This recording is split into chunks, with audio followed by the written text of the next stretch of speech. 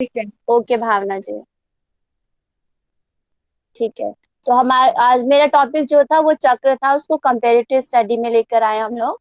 और सारा जितना भी हमारा योग ग्रंथ है और उपनिषद है, उनमें से हम लोगों को 8 में ही ये चक्रों के बारे में वर्णन मिलता है।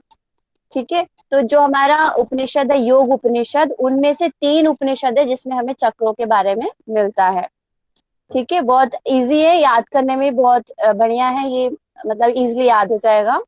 तो पहला है हमारा ध्यान बिंदु उपनिषद। इसमें सिर्फ और सिर्फ 4 चक्रों का वर्णन मिलता है, और हमको याद बस इतना रखना है कि यहाँ पे जो अनाहत चक्र है, यानी जो 4th प्लेस पे है, उसमें 8 दल हैं। ठीक है, बाकी सभी पे कितने दल, 12 बताए गए हैं अनाहत चक्र में, बट ये इकलौता है जहाँ पे 8 दल बताए गए। तो जहाँ पे डिफरेंस हमको मिलता है वैसे क्वेश्चन बनने के चांसेस ज्यादा लगते हैं, तो ये चीज याद कर लेंगे इसमें। बाकी मूलाधार, स्वादिष्ठान, मणिपुर, अनाहत ये बिल्कुल सीक्वेंस में ही है। दूसरा हमारा है योग चूड़ामणि। योग चूड़ामणि में 6, मैंने इनको डिवाइड भी कर रखा है, आप देखेंगे। 4 चक्रों में सिर्फ एक ही ग्रंथ ऐसा है जहाँ पे मिलता है, वो है ध्यान बिंदु। और 6 चक्रों वाला है हमारा योग चूड़ामणि, शिव संहिता, गोरक्ष संहिता, हठ रत्नावली। और 7 चक्रों वाला सिर्फ और सिर्फ घेरंड है, तो ये भी इजिली याद हो जाएगा आप सभी को कि 7 चक्र वाला अगर पूछा जाएगा तो घेरंड का ऑप्शन देखेंगे। और 9 चक्रों में अभी रिसेंटली हम लोगों ने पढ़ा था, अभी कंपेरेटिव स्टडी भी हुआ था, इसके साथ मैं अटैच करके डाल दूंगी, अभी मेरे को टाइम नहीं मिला इसके साथ जोड़ने का, उसके लिए माफी चाहती हूँ। जो लास्ट में दिख रहा है एसएसपी, यानी सिद्ध सिद्धांत पद्धति, जो अभी हमारे लेसन में चल रहा है, योग राजा उपनिषद, जो कि हमारा सबसे लास्ट है, योग उपनिषद। तो इन 9 चक्रों का वर्णन सिर्फ और सिर्फ इन दोनों चीजों में मिलता है, और हम याद कर लेंगे इजिली। ठीक है, इसमें क्या चेंजेस है, मैं सबसे पहले 9वें चक्र का बता रही हूँ कि आपका जो मैंने इज इक्वल टू लगा रखा है, इट मीन्स कि वो बिल्कुल सेम है। तो ब्रह्म चक्र जो हमारा एसएसपी में है, योगराज उपनिषद में ऐसे ही करते हैं हम, 7 चक्र तक आएंगे। याद हमको रखना है सिर्फ अनाहत चक्र जो है एसएसपी में, वो अनाहत बताया गया है 4th प्लेस पे, और योग राजोपनिषद में हृदय चक्र बताया गया है। ठीक है, यहाँ पे थोड़ा सा चेंज मिलेगा। और दूसरा हमको याद रखना है निर्वाण चक्र आपको 8वें प्लेस पे मिलेगा सिद्ध सिद्धांत पद्धति में। और 8वें पे जो कि हमारे योग राजोपनिषद में ब्रह्मरंध्र के नाम से जाना जाता है। 9th प्लेस पे आकाश है एसएसपी में, तो वहीं पे आपका योग राजोपनिषद में व्योम चक्र। इट मीन्स अगर हम शॉर्ट करते हैं तो दोनों में 9 चक्र मिलते हैं, सिर्फ 3 चक्रों में चेंजेस हैं थोड़े से। ये याद हो गया हम लोगों को, तो 9वां चक्र का हमने हटा दिया टॉपिक। 7 भी बहुत इजी है। 7वें में हमारा जो है बीज मंत्र, आप देखेंगे जो गोरक्ष संहिता का बीज मंत्र है और घेरन संहिता का बीज मंत्र है, बिल्कुल सेम है। तो याद करने की जरूरत है, एक आपने याद कर लिया आपका सब हो जाएगा। अब हम स्टार्टिंग से देखते हैं। ध्यान बिंदु उपनिषद हमारा हो गया, योग चूड़ामणि से हम देखते हैं जो कि हमारा 6 चक्र वाला है। तो याद रखेंगे 6 चक्र से रिलेटेड हमारे 4 ग्रंथ हैं। ठीक है। तो चौथे में हमारा पहले योग चूड़ामणि है, शिव संहिता है, गोरक्ष संहिता है, हठ रत्नावली। अब योग चूड़ामणि और शिव संहिता, इन दोनों में से कोई भी आप एक याद कर लेते हैं तो आपको 6 चक्र वाला भी इजिली याद रहेगा। तो आधार चक्र जो है उसके 4 दल हैं। स्वादिष्ठान चक्र है जिसमें 6 दल है, योग चूड़ामणि में पढ़ रही हूँ। नाभि चक्र जिसमें 10 चक्र है, पदम चक्र 12, विशुद्धि चक्र 16, और आज्ञा चक्र है 2। ठीक है। अब हमारा जो शिव संहिता है, आप देखेंगे शिव संहिता, गोरक्ष संहिता, हठ रत्नावली बिल्कुल सेम है। घेरन संहिता भी आप देखेंगे बिल्कुल सेम है। सिर्फ आपको शिव संहिता में, सॉरी गोरक्ष संहिता में ये ध्यान रखना है कि वहां पे मूलाधार है। बाकी योग चूड़ामणि और शिव संहिता में सिमिलरिटी मिलती है कि यहाँ पे आधार चक्र बताया गया है। अगर ऑप्शन में स्वयं भूलिंग बोला जाता है तो वो शिव संहिता से आप कोरिलेट कीजिएगा, इसलिए मैंने यहाँ पे पेंसिल से मार्क कर दिया है। ठीक है, बाकी सारी चीजें एक जैसी मिल रही है हमको। शिव संहिता का जो दल है वही गोरख संहिता का दल है। ठीक है, और हठ रत्नावली में कोई भी दल नहीं मिलता है। यहाँ पे जो चक्रों का वर्णन मिलता है शोधन क्रियाओं से कनेक्ट करके हम लोगों को बताया गया है। तो ये हमारे पूरे चक्र का ओवरऑल पूरा जितना भी हमारे सिलेबस में आ रहा है, हमारे सिलेबस से रिलेटेड ये हमारे 8 ग्रंथ है जहाँ पे चक्रों का वर्णन मिलता है। प्लस एक और चीज आप लोग याद कर लीजिए, हम लोगों ने आयुर्वेद में जो पढ़ा था वहां पे 8 चक्रों का वर्णन मिलता है हम लोगों को। ठीक है, तो वो बालकृष्ण, श्री बालकृष्ण महाराज जी के अकॉर्डिंग है। आप उसको अगर एग्जाम में मुझे नहीं लगता कि पूछा जाएगा, बट जानने के पर्पज से अगर 8 चक्रों के बारे में कोई पूछता है तो 8 चक्र आपको आयुर्वेद में मिलता है, ठीक है, अकॉर्डिंग टू श्री बालकृष्ण महाराज जी। और 8 दल में क्या होगा, जो सबसे लास्ट वाला दल है उसको सहस्त्रार चक्र बताया गया है। उसमें 1000 दल बताए गए हैं, सबसे यूनिक, सबसे अलग, ठीक है। 1000 दल वाला एक ही है, वो भी आयुर्वेद में मिलता है हम लोगों को। और बस मेरा टॉपिक, हाँ एक और चीज जो मैं आप पूरे स्टार्टिंग में देखेंगे, हठ प्रदीपिका का मैंने मेंशन कर रखा है। ये जो मेरा तृतीय उपदेश है उसका दूसरा श्लोक नंबर है। उसमें श्लोक में बताया गया है कि चक्र, ठीक है, चक्र की बात कही है, लेकिन कितने चक्र हैं ये एक्सप्लेन नहीं करते हैं। बट जो व्याख्याकार है वो षड चक्र से कोरिलेट करते हैं। तो अगर किसी ने दीप पूछना, कोई पूछता है, तो आप 6 चक्रों में हठ प्रदीपिका को इंक्लूड करेंगे और 7 चक्र में घिरण को इंक्लूड करेंगे। ये हमारा पूरा कंपाइल होके इतना रिजल्ट आया है। सभी का बहुत बहुत धन्यवाद। इतना ही है इसमें टॉपिक में। पूजा जी एक कंफ्यूजन था मुझे। हाँ जी, यस। पूजा जी ये जो हमारा एक आपने बताया था ना, ये दल वाला, एक बार स्कीम रहने दीजिएगा। तो हाँ जी, मणिपुर में सब जगह जनरल 10 होता है, यहाँ पर 12 बताया ध्यान बिंदु में। और गोरख संहिता वाला शायद मुझे दल का थोड़ा कंफ्यूजन है, यहाँ पर 8 और 10 ही होगा क्या, या फिर 4, 6, 10, 12 होगा, ये 10 है, गोरक्ष में 10 है, श्योर है। ओ अच्छा, मैंने शायद चेंज नहीं किया, I am really sorry, my mistake. Recheck किया था इसमें, तो फिर जो हमारा शिव संहिता का आ रहा है ना दल, बिल्कुल सेम यही होगा। मैं इसको करेक्ट करके डाल दूंगी, ठीक है। जी जी, हाँ, यहाँ थोड़ा पे जो हमें स्लाइड भी मिलेगा ना, जो पीपीटी हम लोगों के पास हम पढ़ रहे हैं, उसमें भी 8 ही है, ठीक है। तो वहां पे थोड़ा सा गलत हो गया था, तो ये मैं करेक्ट कर दूंगी। आज मैंने सुबह नया बनाया था, लेकिन मैं इसी को नहीं करेक्ट कर पाई, इसी के लिए मैंने नया बनाया था, तो सॉरी। थैंक यू मीनाक्षी जी, आपने इसको नोटिस किया। तो यहाँ पे जो है हमारा 10 होगा, ठीक है। थर्ड नंबर पे 10 है, फोर्थ नंबर पे 12 है, यानी आपका जो शिव संहिता का सीक्वेंस, उसी को आप याद कर लीजिए। वो जो दल है वही गोरख संहिता में है। धन्यवाद। और कोई किसी का डाउट या किसी ने कुछ ऑब्जर्व किया यहाँ पर? बहुत अच्छा बोला है, और दिखाई दे रही है आपकी मेहनत, ऐसे ही लगे रहो, ठीक है। थोड़ा थैंक यू और सर। कॉन्शियस होके काम करो, डिले हो जाते हो। जी जी नेक्स्ट भावना जी, आ जाए सामने। हाँ जी।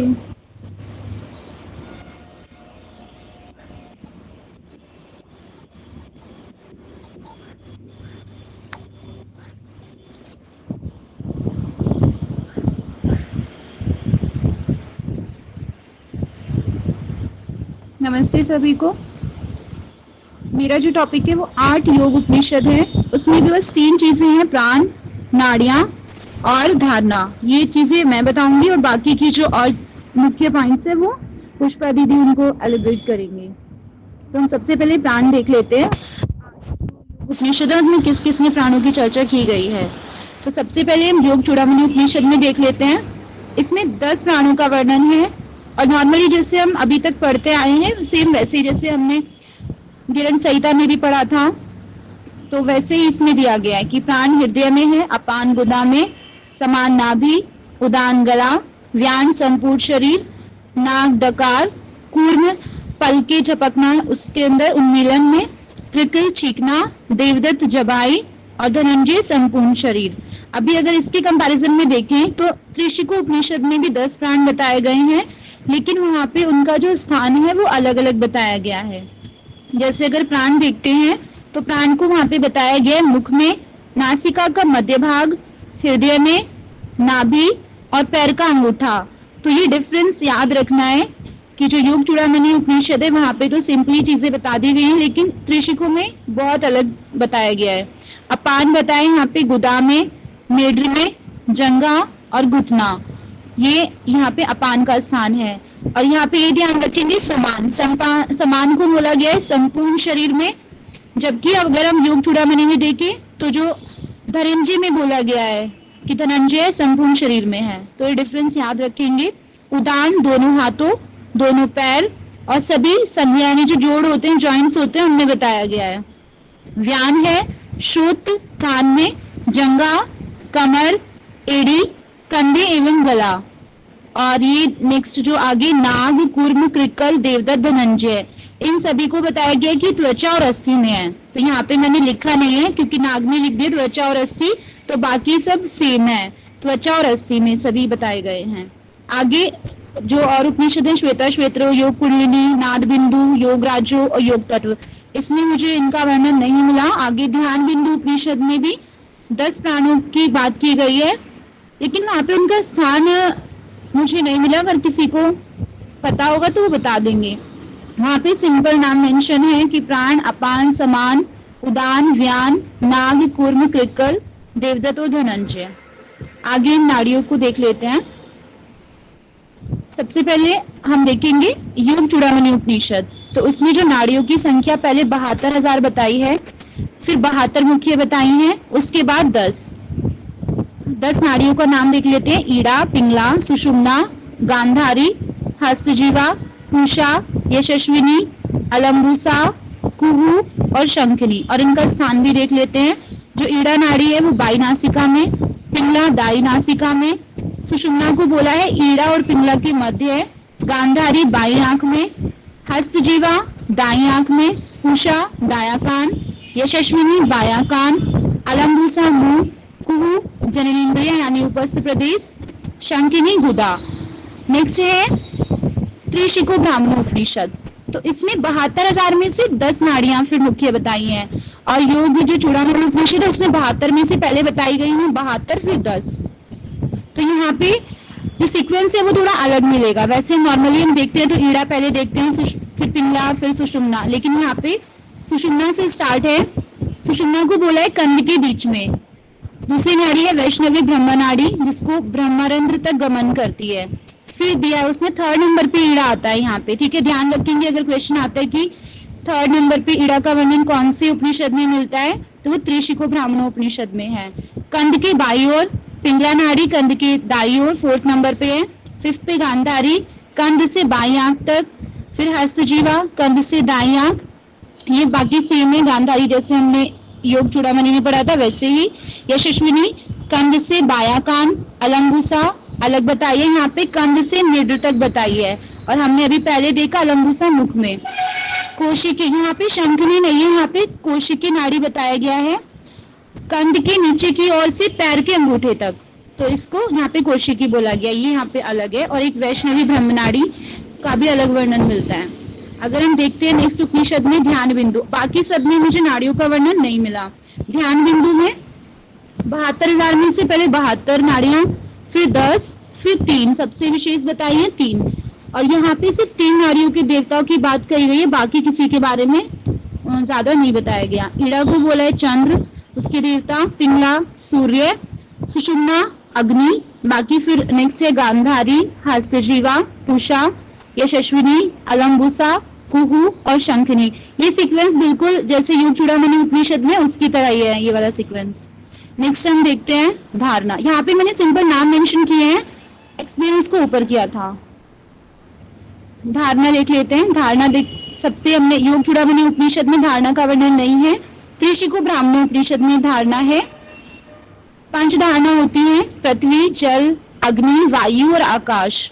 तो पृथ्वी जो धारणा है इसमें यहाँ पे स्थान बताया गया है पैर से घुटने तक। पीला रंग 5 घटी यानी 2 आवर्स।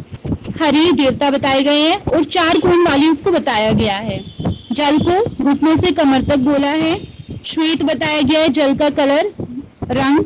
10 घटी बोला है इसको यानी 4 आवर्स। टाइम यहाँ पे हर बार चेंज किया गया है, 5 इंक्रीज है।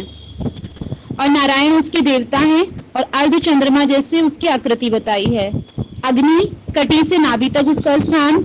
लाल वर्ण 15 घटी यानी 6 आवर।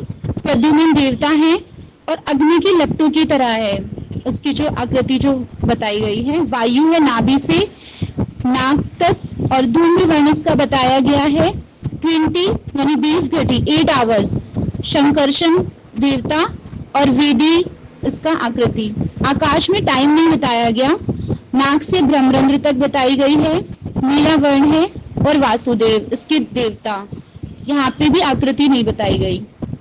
आगे हम देखते हैं नेक्स्ट है योग तत्व उपनिषद में धारणा की व्याख्या मिलती है। इसमें भी काफी अच्छे से मेंशन किया गया है इसको। पृथ्वी तत्व पैरों से जानू सेम है जैसे हमने पहले पढ़ा था अभी। पीत वर्ण यानी पीला। इसमें इसके बीज मंत्र भी बताए गए हैं। अभी हमने जब पढ़ा था पहले, इसमें बीज मंत्र का वर्णन नहीं था। लंग बीज मंत्र चतुर्भुज ब्रह्मा वाली बताया गया है, 5 घटी और 4 कोने बताए गए हैं इसके। इसमें टाइम सेम है। अभी हमने पहले पढ़ा था तो 5-5 इंक्रीज हो रहा था, यहाँ पे 5 घटी ही बोला गया है सभी में। और जल को बोला है जानु से गुदा, शुक्रवर्ण वम और चतुर्भुज नारायण, 5 घटी और अर्धचंद्र इसकी आकृति है। अग्नि को बताया गुदा से हृदय तक, लाल वर्ण है, रंग बीज मंत्र।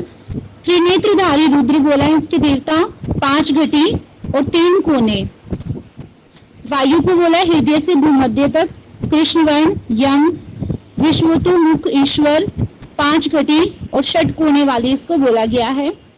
आकाश को भूमध्य से मूर्धा तक बोला। पहले हमने नाक से ब्रह्मरंध्र पढ़ा था और यहाँ पे है भूमध्य से मूर्धा। धूम्रवर्ण है, यहाँ पे धूम्र दिया गया, याद रखेंगे पहले हमने नीला पढ़ा था, यहाँ पे धूम्रवर्ण की बात है। हम बीज मंत्र सदाशिव, 5 घटी और व्योम व्रत, ये बताया गया है योग तत्वों में। नेक्स्ट है ध्यान बिंदु उपनिषद, देख लेंगे ध्यान बिंदु उपनिषद में है। इसमें भी 5 धारणाओं का वर्णन मिलता है। पृथ्वी को बताया गया है लंग बीज मंत्र वाली, बंदूक पुष्प के समान, मतलब उसका कलर बताया, बंदूक पुष्प है उसके जैसी है। जल है वम बीज मंत्र, शंख के रंग जैसा यानी श्वेत हो गया।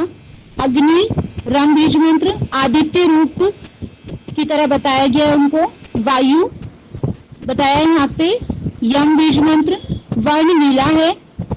और आकाश हम बीज मंत्र बताया गया जिसको स्फटिक प्रभा युक्त बोला गया है। और इनके बारे में, इनको जो प्राण है ना उसके से भी कोरिलेट किया गया है। पृथ्वी को व्यान का बीज बोला गया है, जल को उदान का बीज, अग्नि को अपान का बीज, वायु उदान का बीज और आकाश को समान जो वायु होती है उसका बीज बोला गया है। यहाँ पे इतना ही वर्णन था इसका। अगर यहाँ पे कुछ एक्स्ट्रा हो तो आप बता देंगे, वो ऐड कर दिया जाएगा अगर कुछ रह गया हो तो। Thank you.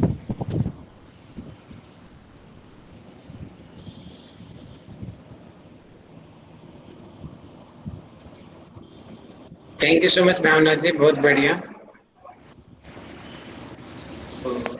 Next Pushpa ji हैं। पुष्पा जी, त्रिशिको ब्राह्मणोपनिषद में 2 ब्राह्मण है, ठीक है? हाँ जी हाँ जी।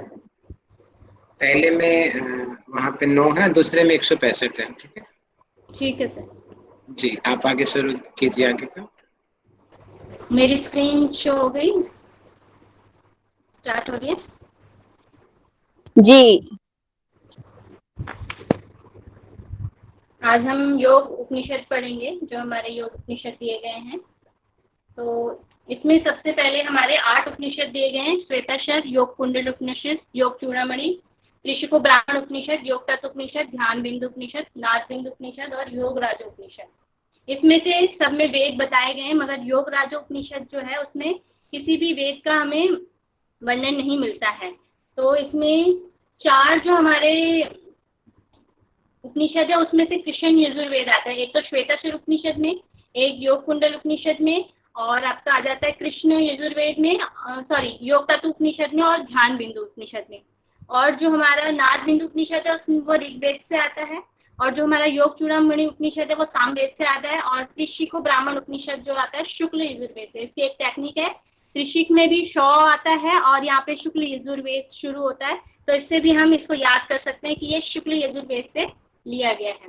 अब इनमें मंत्रों की जो संख्या है, श्वेताक्षर उपनिषद में 113 मंत्र हैं, योग कुंडल उपनिषद में 171 मंत्र हैं, योग चूड़ामणि उपनिषद में 121 मंत्र हैं और त्रिशिको ब्राह्मण उपनिषद में 174 हैं। और जो इसके जो अध्याय हैं, अध्यायों को ब्राह्मण बोला गया है। ब्राह्मण में भी इसके 2 भाग हैं, एक मंत्र और जो ब्राह्मण के बाद जो आते हैं उनको मंत्र बोला गया है। एक मंत्र में 9 श्लोक मिलते हैं और दूसरा जो मंत्र भाग है उसमें 165 हमें मंत्र मिलते हैं। नेक्स्ट हमारा जो योग तत्व उपनिषद है उसमें 142 मंत्र हैं, जो ध्यान बिंदु उपनिषद है उसमें 106 मंत्र हैं और जो नाद बिंदु उपनिषद है उसमें 56 और जो योग राज उपनिषद है उसमें 21 मंत्रों का वर्णन मिलता है। अब अध्याय की बात करें तो अध्याय जो श्वेताक्षर उपनिषद है इसमें 6 अध्याय हैं, जो योग कुंडली उपनिषद है इसमें 3 अध्याय हैं और जो त्रिशिको ब्राह्मण उपनिषद है इसमें 2 ब्राह्मण हैं। ठीक है। नेक्स्ट हमारा आता है योग। तो श्वेताश्वर उपनिषद में कर्म योग और ज्ञान योग दिया गया है। योग चूड़ामणि उपनिषद में षडांग योग और कर्म योग दिया गया है। योग कुंडली में नहीं दिया हुआ है। त्रिशिको उपनिषद ब्राह्मण में अष्टांग योग, कर्म योग, ज्ञान योग, ये 3 योग यहाँ पे हमें मिलते हैं। और योग तत्व उपनिषद में अष्टांग योग, योग के 4 प्रकार के वर्णन किया गया, मंत्र, लय, हठ और राज। फिर ध्यान बिंदु उपनिषद है, इसमें षडांग योग का वर्णन है। फिर नाद बिंदु उपनिषद में ऐसे योग का वर्णन नहीं है कि कौन सा है, जैसे अष्टांग योग या 4 योगों का वर्णन नहीं मिलता, ऐसे वर्णन नहीं मिलता। फिर योग राज उपनिषद है, इसमें चतुरंग योग और योग के 4 प्रकार का वर्णन मिलता है, मंत्र, लय, राज और हठ। अब इनकी विषय वस्तु हम देख लेंगे। तो इसका मुख्य विषय क्या है? श्वेताश्वर उपनिषद का मुख्य विषय है आरंभ जो होता है वो ब्रह्म जिज्ञासा के साथ होता है, और ध्यान का वर्णन इसमें मिलता है। और जो योग कुंडली उपनिषद है, इसमें प्राणायाम सिद्धि के उपाय बताए गए हैं, प्राणायाम सिद्धि के उपाय और ब्रह्म की प्राप्ति के उपाय। और जो नेक्स्ट है हमारा योग चूड़ामणि उपनिषद, इसमें योग साधना द्वारा आत्मशक्ति को जागरण कैसे किया जाए, इस बारे में बताया गया है। ऋषिको ब्राह्मण उपनिषद में अष्टांग योग के द्वारा ब्रह्म प्राप्ति कैसे हो। योग तत्व उपनिषद में मुझे नहीं मिला। और ध्यान बिंदु उपनिषद में ध्यान योग के बारे में ही बताया गया है। और जो नाद बिंदु उपनिषद है, इसमें ओमकार को हंस मानकर उसके अंगों का वर्णन किया गया है। और जो योग राज उपनिषद है, ये उपनिषदों में सबसे श्रेष्ठ कहा गया है, और इसे योग राज की संज्ञा भी दी गई है, योग राज उपनिषद को। नेक्स्ट हम पढ़ते हैं संवाद। इसमें संवाद किस किस ग्रंथों में मिलता है। तो यहाँ पे हमें 3 जो हमारे उपनिषद है उनमें हमें संवाद मिलता है। तो योग कुंडली उपनिषद में ब्रह्मा जी और शिव जी का संवाद मिलता है। त्रिशिको ब्राह्मण उपनिषद में त्रिशिको ब्राह्मण और भगवान आदित्य का संवाद हमें मिलता है। और योग तत्व उपनिषद में पितामह ब्रह्मा जी और भगवान विष्णु का हमें यहाँ पे संवाद मिलता है। नेक्स्ट हम आ जाते हैं यम और नियम पर। तो जो यम नियम हमें जो 2 जगह मिलते हैं, एक तो त्रिशिको ब्राह्मण उपनिषद में और योग तत्व उपनिषद में मिलते हैं। और त्रिशिको ब्राह्मण उपनिषद में वैराग्य जो भावना है, वैराग्य भावना को यहाँ पे यम बोला गया है। और ये 10 प्रकार के यम बताए गए हैं यहाँ पर। और ईश्वर प्राणिधान बताया गया है नियम को, और इसमें भी 10 प्रकार के यम बताए गए हैं। और नेक्स्ट जो हमारा योग तत्व उपनिषद है, यहाँ पे यमों में मिताहार और अहिंसा में और नियमों में अहिंसा बताया गया है। ऐसा ही वर्णन हमें हठ योग प्रदीपिका में भी मिलता है। नेक्स्ट हमारा आसन। आसन हमें 6 उपनिषदों में मिलते हैं। योग कुंड उपनिषद में, चूड़ामणि में, त्रिशिको में, योग तत्व में और ध्यान बिंदु में और नाद बिंदु उपनिषद में। जो योग कुंडली में 2 आसनों का वर्णन है, एक तो पद्मासन और वज्रासन का। नेक्स्ट हमारा है योग चूड़ामणि उपनिषद, इसमें 2 आसन बोले गए, सिद्धासन और पद्मासन। और त्रिशिको ब्राह्मण उपनिषद में 17 आसनों का वर्णन है। नेक्स्ट है योग तत्व उपनिषद, इसमें 4 आसनों का वर्णन है, सिद्धासन, पद्मासन, सिंहासन और भद्रासन। और नेक्स्ट है ध्यान बिंदु उपनिषद। ध्यान बिंदु उपनिषद में 4 आसनों का वर्णन है, सिद्धासन, भद्रासन, सिंहासन और पद्मासन। और नाद बिंदु में एक ही आसन का वर्णन है, जो है सिद्धासन। नेक्स्ट हमारा आ जाता है प्राणायाम। हमारे जो 6 उपनिषद है, इनमें प्राणायाम का वर्णन मिलता है। 2 उपनिषदों में प्राणायाम का वर्णन नहीं मिलता, एक तो नाद बिंदु उपनिषद में और योग राज उपनिषद में। तो फर्स्ट जो हमारा श्वेताश्वर उपनिषद है, इसमें बोला गया है कि आहार विहार के बाद, जब हम आहार और विहार के कर लेते हैं, उसके बाद जो प्राणायाम करते हैं, जब उसको हम क्षीण कर लेते हैं, क्षीण हो जाता है जब हमारा प्राणायाम तो उसे हम धीरे धीरे नासिका से जो बाहर निकाल देते हैं, उसका वर्णन यहाँ पे बोला गया है कि वो प्राणायाम है। इस तरह का बोला गया है यहाँ पे। नेक्स्ट यहाँ पे है जो योग कुंडली उपनिषद है, इसमें 2 प्रकार के कुंभक बोले गए हैं, एक तो केवल और सहित। सहित में भी 4 प्रकार बताए गए, सूर्यभेदी, उज्जाई, शीतली और भस्त्रिका। नेक्स्ट हमारा आता है योग चूड़ामणि उपनिषद, इसमें नाड़ी शोधन को बद पद्मासन के लिए बोला गया है। पूरा कुंभक, रेचक 12, 16 और 10 से स्टार्ट करना है। जो पहला हमारा जो शुरू करना है वो 12 मात्रा से यहाँ पे बोला गया है। और उसके बाद जो हमारा दूसरा प्राणायाम है, तो उसकी दुगनी मात्रा से करना है। मतलब 12 है तो उसकी दुगनी मात्रा होगी यहाँ पे 24, और 24 की तिगनी मात्रा, 12 की तिगनी मात्रा होगी यहाँ पे 36। ऐसा बताया गया है कि जो दूसरी बार हम प्राणायाम करेंगे वो दुगनी मात्रा से, और जो तीसरी बार हम प्राणायाम करेंगे वो तिगनी मात्रा से हम यहाँ पे करेंगे। जो पहला है जिसमें अधम बोला गया है, उसमें पसीना आता है। फिर जो मध्यम है उसमें कंपन, और जो फिर लास्ट का उत्तम प्राणायाम है उसमें ऊर्ध्व गति होती है, ऐसा बताया गया है। नेक्स्ट हमारा आता है त्रिशिको ब्राह्मण उपनिषद। त्रिशिको ब्राह्मण उपनिषद में भी नाड़ी शोधन की चर्चा की है। इसमें जो हमारा पूरक, रेचक, कुंभक का जो ये है तो 16, 64 और 32 का रेशो है। और इसमें 4 विधियां बताई गई हैं, रेचक, पूरक, कुंभक से रेचक करने के लिए बोला गया है। दिन में 4 बार करने के लिए बोला गया है, एक बार में 20 बार प्राणायाम करने हैं, प्रातः, मध्याह्न, सायं और अर्धरात्रि। और एक चीज और यहाँ पे बताई गई कि प्राणायाम में नासिका दृष्टि करके जिह्वा से वायुपान जब हम करेंगे तो ये 3 मास में हमारी सिद्ध हो जाएगी और इससे हमें वाक सिद्धि मिलेगी। अगर हम इसको 6 मास तक करते हैं तो ये महारोगों से मुक्ति भी मिलती है, ऐसा भी बताया गया है। नेक्स्ट हमारा आता है योग तत्व उपनिषद। योग तत्व उपनिषद में भी नाड़ी शोधन, प्राणायाम और पद्मासन में करने के लिए बोला गया है। और यहाँ पे इसका क्रम क्या है, पहले भूमि आपकी समतल होनी चाहिए, ना ऊंची ना ज्यादा नीची होनी चाहिए। फिर इस पे मृग चर्म बताया गया, मृग चर्म या कुश का आसन होना चाहिए। यहाँ पे भी रेशो 16, 64 और 32 का है, यहाँ पे 24 लिख गया मेरे से, 32 का होगा। और नेक्स्ट हमारा आ गया ये 20, और ये भी हमारा एक बार में 20 बार में 20 टाइम करना है और 4 बार करना है, 80 बार मतलब एक दिन में। और जो इसकी मात्रा होगी 16 जैसे लिखा है तो एक मात्रा कितनी होगी, जब हम जानू की एक प्रदक्षिणा कर देंगे, मतलब अपने घुटने की एक प्रदक्षिणा घुमा लेंगे, वो एक मात्रा हो जाती है। और ये 3 मास में नाड़ी शोधन की शुद्धि हो जाती है, ऐसा बताया गया है यहाँ पे। नेक्स्ट हमारा आ जाता है ध्यान बिंदु उपनिषद। ध्यान बिंदु उपनिषद प्राणायाम के साथ हमें प्राणायाम का ध्यान करने के लिए यहाँ पे कहा गया है।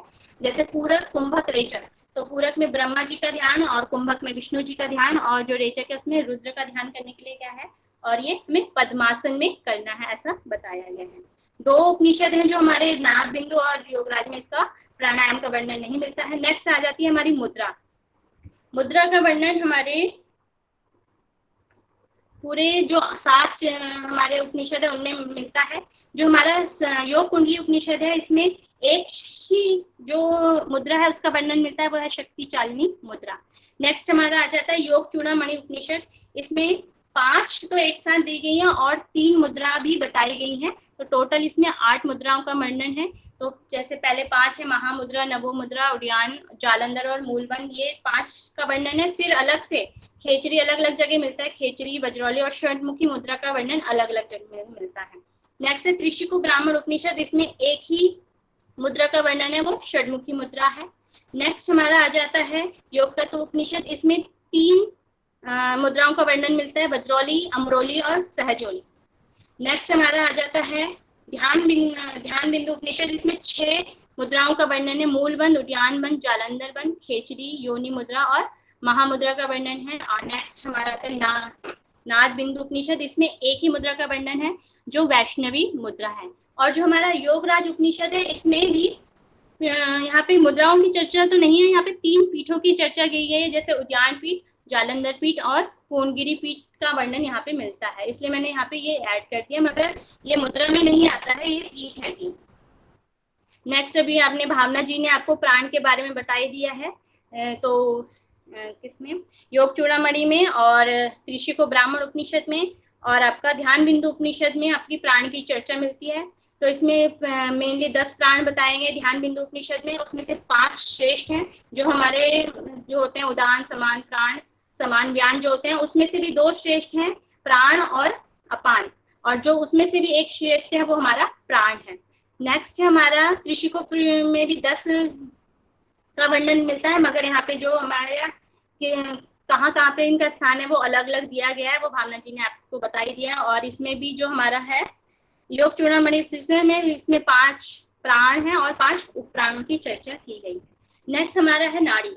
नाड़ी में योग श्वेताक्षर और योग कुंडली में नहीं दिया गया इसका वर्णन, और योग चूड़ामणि में इसका वर्णन किया गया है। इसमें सबसे पहले 72,000 नाड़ियों का वर्णन मिलता है, फिर 72, फिर उसमें से 10 नाड़ियों का यहाँ पे वर्णन मिलता है, और उसमें से भी 3 मेन है, ईड़ा, पिंगला और सुषुम्ना, जो इनके देवता हैं सोम, सूर्य और अग्नि हैं। नेक्स्ट हमारा जो आता है त्रिशिको ब्राह्मण उपनिषद, इसमें भी 72,000 नाड़ियों का वर्णन मिलता है, और ये 72,000 नाड़ियां पीपल के पत्ते के समान होती हैं, जैसे पीपल का पत्ता होता है, और वैसे ही इसके नाड़ियों की चर्चा वहाँ पे करी गई है। 10 मुख्य नाड़ियां बताई गई हैं, जो नाड़ियां कंध से शुरू होती हैं, वहाँ पे ऐसा बताया गया है जो ये 72,000 नाड़ियां हैं, या ये जो 10 नाड़ियां हैं, ये कंध से स्टार्ट होती हैं। नेक्स्ट जो हमारा है ध्यान बिंदु उपनिषद। ध्यान बिंदु में भी 10 मेन बताई गई हैं, इसमें से भी 3 वो मेन है, ईड़ा, पिंगला, सुषुम्ना, और उसमें से भी एक जो श्रेष्ठ है वो सुषुम्ना है। इसमें से नाड़ियों का उद्गम स्थान कंध ही बताया गया है। नेक्स्ट हमारा आ जाता है चक्र, चक्रों का वर्णन। तो सबसे श्वेताक्षर और योग कुंडली में हमें चक्रों का वर्णन नहीं मिलता। योग चूड़ामणि में हमें 6 चक्रों का वर्णन मिलता है, आधार चक्र, स्वादिष्टान चक्र, नाभि चक्र, प्रदम चक्र, विशुद्धि और अनाहत। और पूजा जी बताई चुकी है इनको। इसमें 4, 6, 10 पदम में 12, विशुद्धि में 16 और आज्ञा में 2 दल होते हैं। नेक्स्ट हमारा आ जाता है ध्यान बिंदु उपनिषद। इसमें 4 चक्रों का वर्णन है, मूलाधार, स्वादिष्टान, मणिपुर और अनाहत। मूलाधार में 4, मेड़ में कोई भी दल नहीं बताए गए, मणिपुर में 12, अनाहत में 8 दल और 32 पंक्तियों का वर्णन यहाँ पे मिलता है। नेक्स्ट आता है हमारा नाद बिंदु उपनिषद। नाद बिंदु में एक ही चक्र का वर्णन मिलता है, सहस्रार चक्र का, और उसमें 1000 कमलों की बात की है, 1000 कमल है उसमें। सहस्रार जो चक्र है वो उसके ऊपर बीज रूपी हंस विद्यमान है, ऐसा वहां पे बताया गया है। नेक्स्ट हमारा आ जाता है योगराज उपनिषद। इसमें 9 चक्रों का वर्णन किया गया है। नेक्स्ट हम आ जाते हैं धारणा के ऊपर। हमारे 3 उपनिषदों में धारणा का वर्णन है। एक तो त्रिशिको ब्राह्मण उपनिषद में, योग तत्व में और ध्यान बिंदु में। तो इसमें पृथ्वी, जल, अग्नि, वायु और आकाश त्रिशिको में बताया गया है, मगर यहाँ पे मतलब पृथ्वी पे 5 पे, जल में 10 में और अग्नि पे 12 और वायु पे 20 ऐसे घटी को बढ़ाते जाना है, ऐसे यहाँ पे धारणा का वर्णन है। योग तत्व में 5 धारणाओं का वर्णन है, जैसे पृथ्वी, जल, अग्नि, वायु, आकाश। और ध्यान बिंदु उपनिषद में भी 5 धारणाओं का वर्णन है, पृथ्वी, जल, अग्नि, वायु, आकाश। इसमें लम, वम, रम, यम और हम 20 मंत्र का उच्चारण करना होता है। नेक्स्ट हमारा आ जाता है कुंडलिनी। यहाँ पे कुंडली में श्वेताक्षर में कोई भी इसका वर्णन नहीं मिलता है, और श्वेताक्षर में इसका कोई भी वर्णन नहीं मिलता, योग कुंडली में मिलता है। यहाँ पे इसको शक्ति चालिनी भी कहा गया है कुंडलिनी को। और इसके 2 साधन बताए गए हैं, एक तो सरस्वती चालन और प्राणरोध। प्राणरोध मतलब यहाँ पे प्राणायाम बताया गया है, और यहाँ पे सरस्वती को अरुंधति भी कहा गया है। और यहाँ पे एक लाइन और यहाँ में मिलती है, मैंने श्वेता सर में ऐड कर रखी है, इसको देख लेंगे। कुंडली यहाँ पे अष्टधा प्रकृति वाली बताई गई है, उसमें पंच तत्व, मन, बुद्धि और अहंकार को बताया गया है। कुंडली अष्टधा प्रकृति की है, ऐसा बताया गया है। नेक्स्ट हमारा आ जाता है आपका योग चूड़ामणि उपनिषद। इसमें भी 8 कुंडली वाली बताई गई है, और इसका दूसरा नाम यहाँ पे परमेश्वरी शक्ति कहा गया है।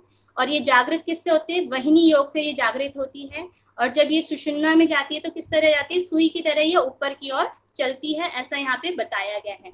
नेक्स्ट हमारा त्रिशिको ब्राह्मण उपनिषद। इसमें 8 लपेटें बताई गई है, अष्ट प्रकृति स्वरूपा बताई गई है, और ये जागृत होती है योग के अभ्यास से। यहाँ पर नेक्स्ट आता है यहाँ पे कुंडली योग तत्व उपनिषद। यहाँ पे कुंडली जागरण से परिचय अवस्था की प्राप्ति होती है, ऐसा बताया गया है।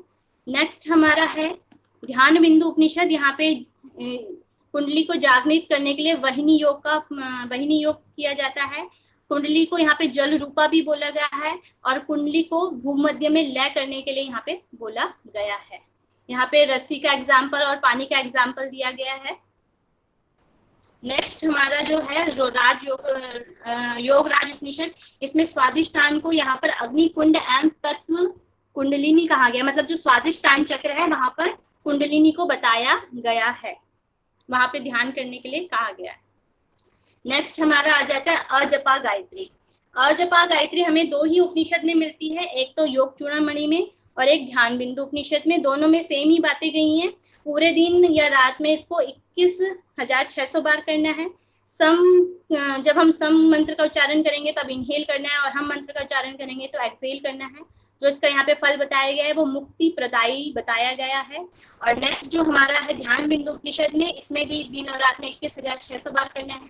हम एक्सहेल और सम इनहेल, और यहाँ पर मोक्ष प्रदान करने वाली यहाँ पे बताया गया है। नेक्स्ट हम आ जाते हैं ध्यान पर। तो श्वेताक्षर उपनिषद जो हमारा पहला उपनिषद है, इसमें ध्यान का बहुत ज्यादा वर्णन मिलता है। मैं दूसरे अध्याय में, 6वें अध्याय में, तो इसमें ध्यान की विधि बताई गई है पहले, और जो ये श्लोक संख्या इसमें दूसरे अध्याय के 9वें श्लोक में यहाँ पे मिलती है। तो इसमें सबसे पहले सिर, ग्रीवा और वक्षस्थल को सीधा करना है और स्थिर करना है। फिर इंद्रियों का अंतःकरण करना है, फिर ओम का ध्यान करना है, आहार विहार से युक्त होकर प्राण को सूक्ष्म करना है, मन एवं इंद्रियों को वश में करना है। और यहाँ पे एक और ध्यान की बताया, यहाँ पे सविता ध्यान का भी हमें वर्णन मिलता है। नेक्स्ट हमारा आ जाता है योग कुंडली उपनिषद। इसमें अंतःकरण में स्थित आत्मा का कलश में दीपक की तरह अंगुष्ठ मात्र का ध्यान करना है, मतलब कि अंतःकरण में अंगुष्ठ मात्र का यहाँ पर हमें ध्यान करना है।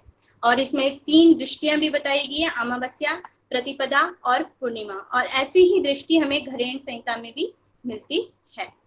नेक्स्ट आता है आपका योग चूड़ामणि उपनिषद। यहाँ पे प्रणव ओम जप की विधि बताई गई है, जो यहाँ पे कैसे करना है। एकांत स्थान होना चाहिए, पद्मासन होना चाहिए, कमर से सिर तक सीधा शरीर होना चाहिए, नासिका दृष्टि होनी चाहिए, और फिर उसके बाद प्रणव जप करना है। ये इसका सीक्वेंस दिया गया है। जो त्रिशिको ब्राह्मण उपनिषद है, इसमें मैं चित्रमात्र स्वरूप हूँ, यही चिंतन का भाव ध्यान कहा गया है यहाँ पर। और दूसरा जो कहा गया है वो एक पहर तक मतलब 3 घंटे तक कुंभक करते हुए जो वासुदेव का ध्यान करने के लिए यहाँ पे बताया गया है। नेक्स्ट हमारा आ जाता है योग तत्व उपनिषद। योग तत्व उपनिषद में भृकुटी के मध्य में श्री हरि का ध्यान करने के लिए बताया गया है, और इसमें 2 ध्यान का भी वर्णन मिलता है, एक सगुण ध्यान और निर्गुण ध्यान। इसमें 6 घटी मतलब कि 2 घंटे और 24 मिनट तक 6 घटी का समय होता है। सगुण में अणिमा आदि सिद्धियां प्राप्त होती है, निर्गुण में समाधि की स्थिति प्राप्त होती है। नेक्स्ट हमारा जो ध्यान योग है, तो ध्यान से पूरा भरा हुआ है। यहाँ पे एक ब्रह्म ध्यान योग दिया गया है, एक प्रणव ध्यान दिया गया है। तो जो ब्रह्म ध्यान योग के लिए बताया गया कि नाद ध्वनि से जो बीजाक्षर जो ओम है उससे परे जो बिंदु स्थित है, वहां पे बताया गया कि वहां पे नाद ध्वनि स्फुटित होती है, और वहां पे ही ब्रह्म की सत्ता बताई गई है। ब्रह्म की सत्ता के लिए भी यहाँ पे बताया गया कि बाल की अग्रभाग जो होता है, जैसे गेहूं का बाल या किसी भी चीज का बाल बताया गया, बाल के अग्रभाग का 1 लाख हिस्सा पुनः फिर उसके 1 लाख हिस्से फिर करे जाएं तो वो ईश्वर है, और उसके भी 50,000 हिस्से किए जाएं तो वो ब्रह्म की सत्ता है, ऐसा बताया गया है यहाँ पर। फिर आता है यहाँ पे प्रणव ध्यान। यहाँ पे बाण को आत्मा, धनुष को प्रणव मतलब ओम, और लक्ष्य को ब्रह्मा कहा गया है। तो जो हमारा लक्ष्य ब्रह्म है उसको हमें वेदने के लिए हमें बाण की और धनुष की आवश्यकता पड़ेगी, ऐसा यहाँ पे बताया गया है। और ऐसा ही वर्णन हमें कठोपनिषद और प्रश्नोपनिषद में भी मिलता है।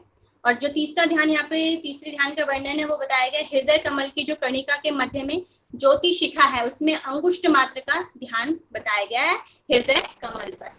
नेक्स्ट हमारा जो आ जाता है राजो योग राज उपनिषद। इसमें 9 चक्रों का ध्यान बताया गया है। ब्रह्मचक्र में 3 वृत्त हैं, और उसमें बीच में एक त्रिकोणाकार भग है, उसकी आकृति का यहाँ पर ध्यान करने के लिए कहा गया है। स्वादिष्ठान में उद्यान पीठ का वर्णन मिलता है, वहाँ पे ध्यान करना है। नाभि पे 5 आवृत्ति वाले विद्युत का ध्यान करना है। हृदय चक्र पे हंस का ध्यान करना है। कंठ चक्र पे पवित्र प्रकाश का ध्यान करना है। तालुका पे शून्य का ध्यान करना है, और भू चक्र में गोलाकार ज्योति का। ब्रह्मरंध्र चक्र में धूम वर्ण वाले सूती का ग्राम का ध्यान करना है, और व्योम चक्र में पूर्णगिरि पीठ का ध्यान करना है, ऐसा बताया गया है। नेक्स्ट यहाँ पे हम करते हैं सृष्टि का क्रम, कि हमारे सृष्टि की उत्पत्ति कैसे हुई है। तो हमारे यहाँ पे 6 उपनिषदों में इसका वर्णन हमें मिलता है। सबसे पहले है श्वेताश्वर उपनिषद। इसमें पहले जड़ मतलब प्रकृति हुई, फिर उसमें चेतन पुरुष आया, ऐसा बताया गया है। और फिर इसमें 1, 2, 3, 8 इस तरह प्रकृति का सृष्टि का क्रम बताया गया है। पहले में प्रकृति, दूसरे में प्रकृति और पुरुष, तीसरे में सत्य रज तम, और 8वें में बुद्धि अहंकार मन और पंच महाभूत आ जाते हैं। ये सृष्टि का क्रम बताया गया है। नेक्स्ट हमारा योग कुंडली में नहीं बताया गया है, योग चूड़ामणि में है। सबसे पहले आत्मा, आत्मा के बाद होता है फिर आकाश, आकाश के बाद वायु, वायु के बाद अग्नि, अग्नि के बाद जल, और जल के बाद पृथ्वी। इनके देवता भी गए हैं, परमात्मा, सदाशिव, ईश्वर, रुद्र, विष्णु और ब्रह्म को बताया गया है। और अग्नि को यहाँ पे तमोगुणी, जल को सतोगुणी और पृथ्वी को रजोगुणी भी बताया गया है। नेक्स्ट हमारा आ जाता है आपका त्रिशिको ब्राह्मण उपनिषद। इसमें जो सृष्टि का क्रम है, सबसे पहले ब्रह्म, फिर अव्यक्त, उसको यहाँ पे प्रकृति भी बोला गया है, फिर महत, फिर अहंकार, फिर पंचतन मात्राएं, फिर पंच महाभूत, और फिर संपूर्ण विश्व का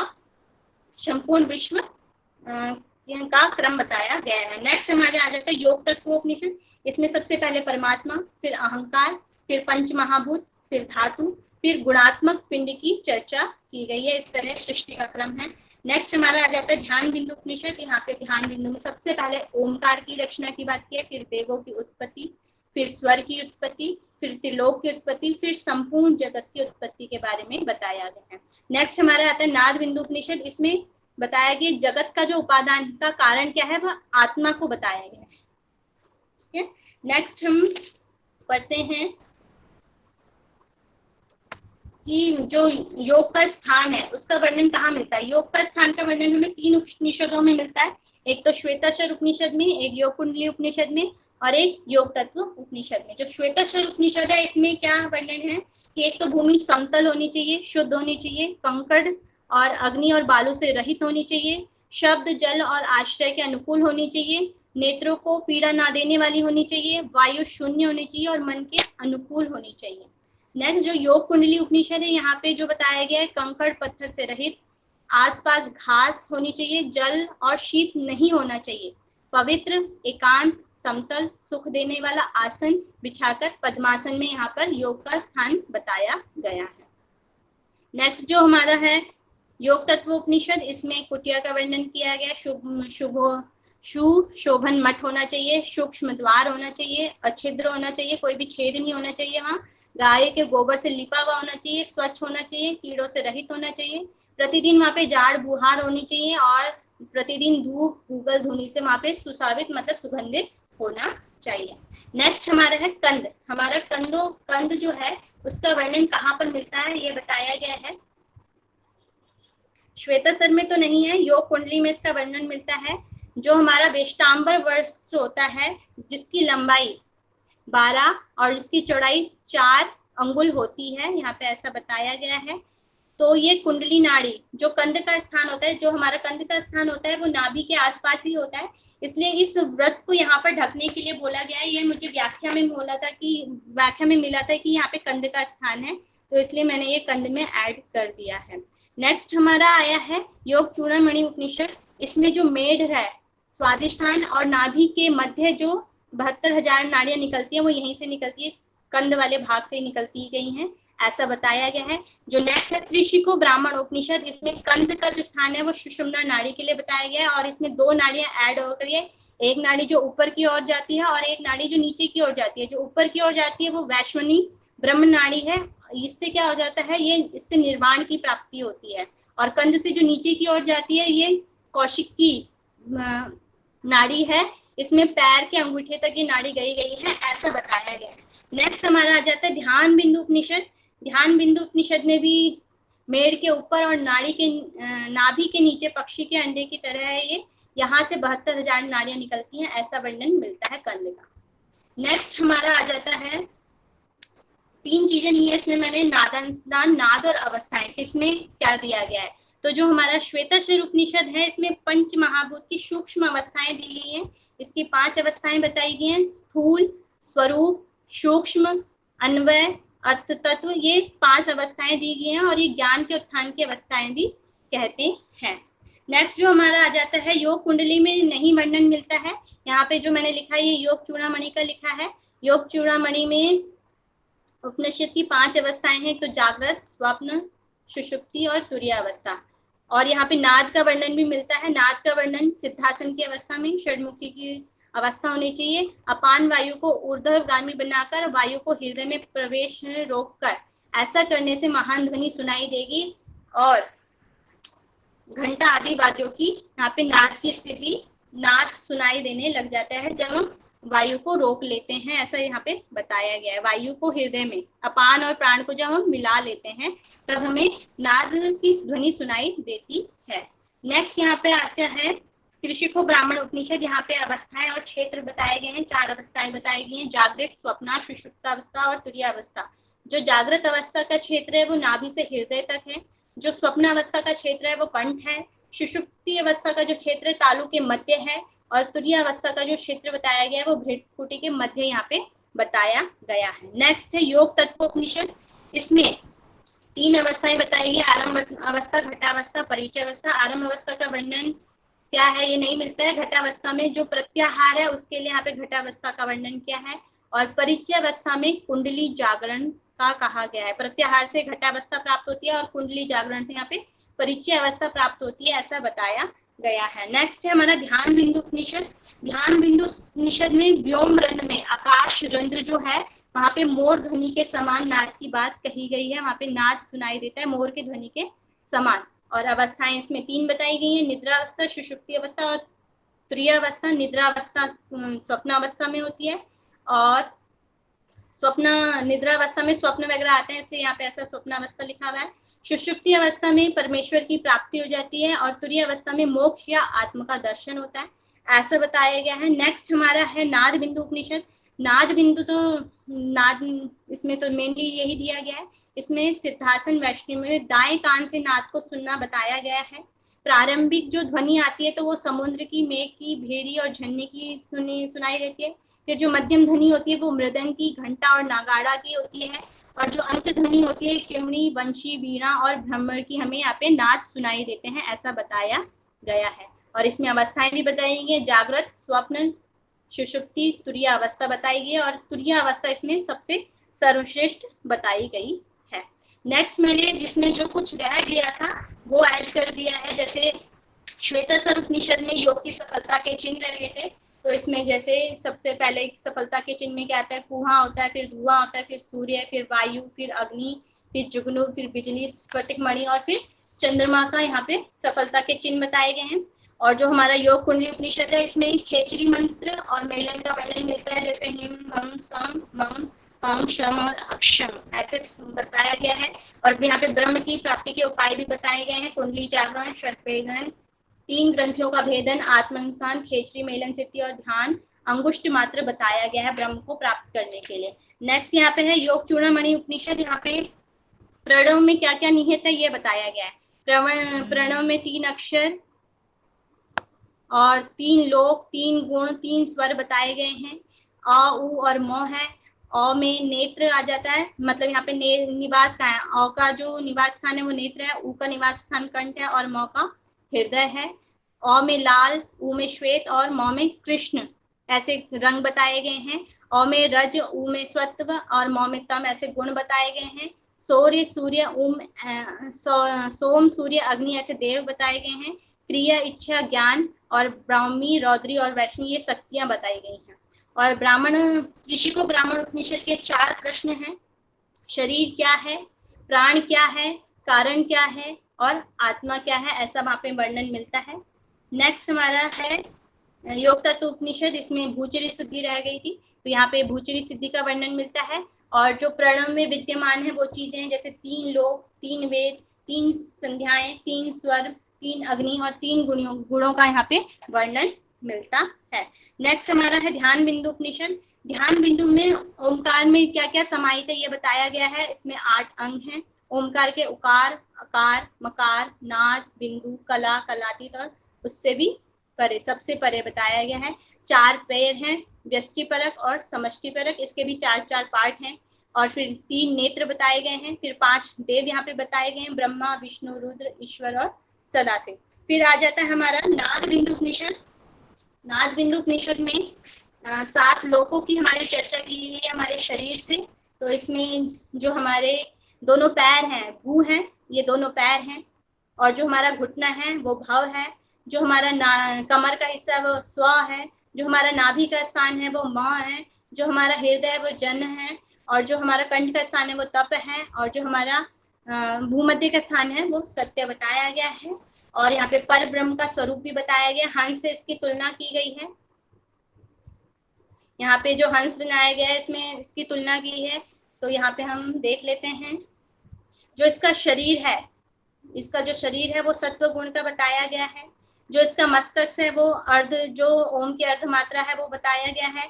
जो इसकी आंखें हैं, जो इसकी राइट आंख है वो धर्म बताई गई है। जो इसकी बाई आंख है वो अधर्म बताई गई है। इसके जो 2 पैर हैं, दोनों पैरों को रजो और तमो गुण का बताया गया है। जो इसका बायां पंख है, लेफ्ट पंख है वो मकार है।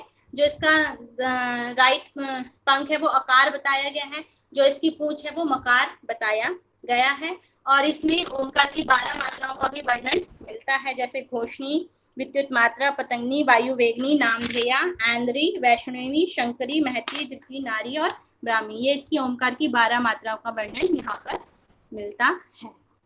तो मेरा आज का ये योग उपनिषद खत्म हो चुका है और धन्यवाद सभी को।